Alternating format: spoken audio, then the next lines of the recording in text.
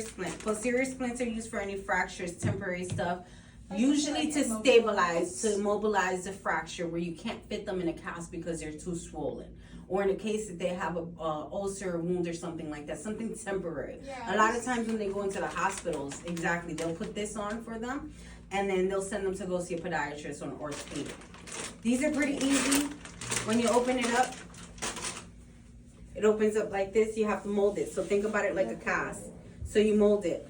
I'm going to show you how I do it. Everyone has their preference of doing I've it. seen Kyle do it. Yeah. He like takes out the whole thing and he wets only the He thing. takes out the inside of this. Yeah. I don't like to do all of that. It's too much work for me.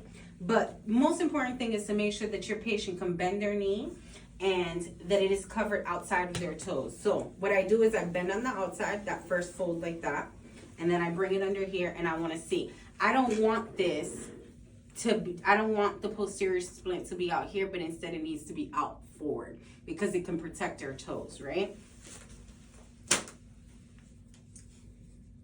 So I'm just gonna fold it. You can cut your posterior splint too. So I'm gonna go like this, and then I'm gonna go like this to fold this, and then I'm gonna wet it. So you come and you wet it. You can wet the whole thing. Because there's a casting material inside there that hardens up.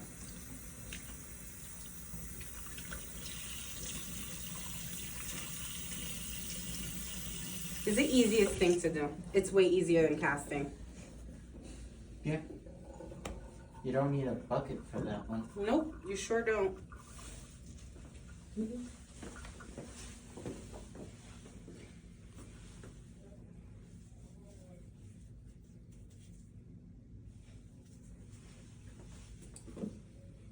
So I set it to where I want it to mold real quick.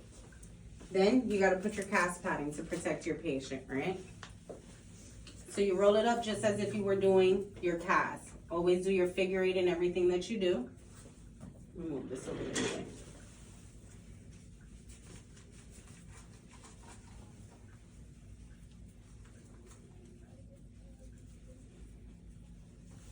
Roll against the body like that doesn't get so tight on the patient.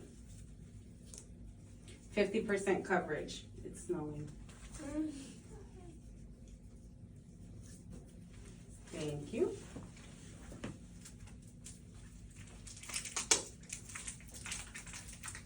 I like to put a little more cushion on top just like you would do your casting, just because that posterior splint's gonna touch up there. It's all more for cushion than anything else. So they're not feeling.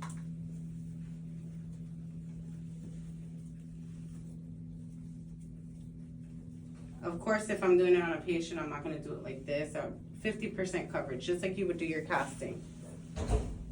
Take this, put it like that. That's exactly how you want it to be, right? You work by yourself pretty much, right? Mm-hmm. You could start from the top.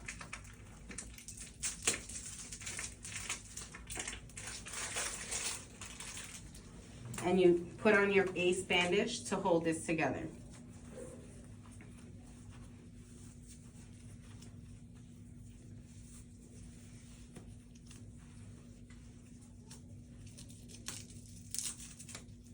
If you have someone to help you, it makes it a little easier.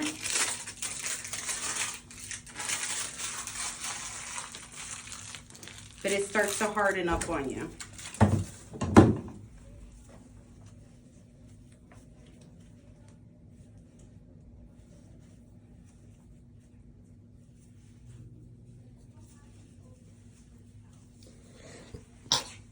God bless you. Thank you. Literally.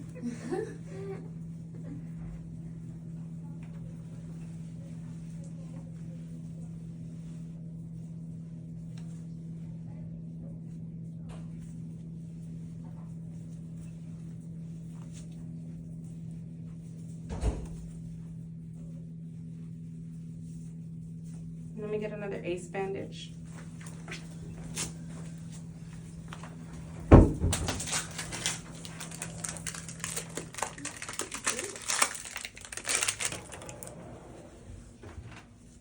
And you could just give it the support that it needs to cover this all up.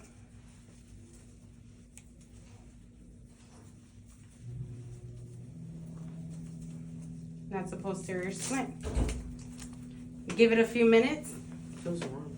and it'll warm up and it hardens up just like a cast. This protects the toes, it protects the fracture and everything. You want to have it like this. You see how it's folded back here?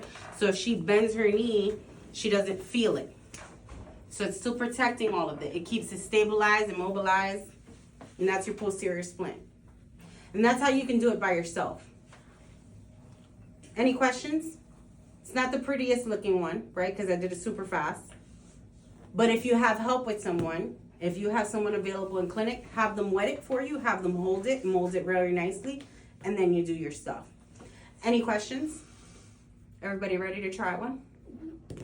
Let's try it. We're gonna let that mobilize right there. If you wanna take off the other one, someone can cast her.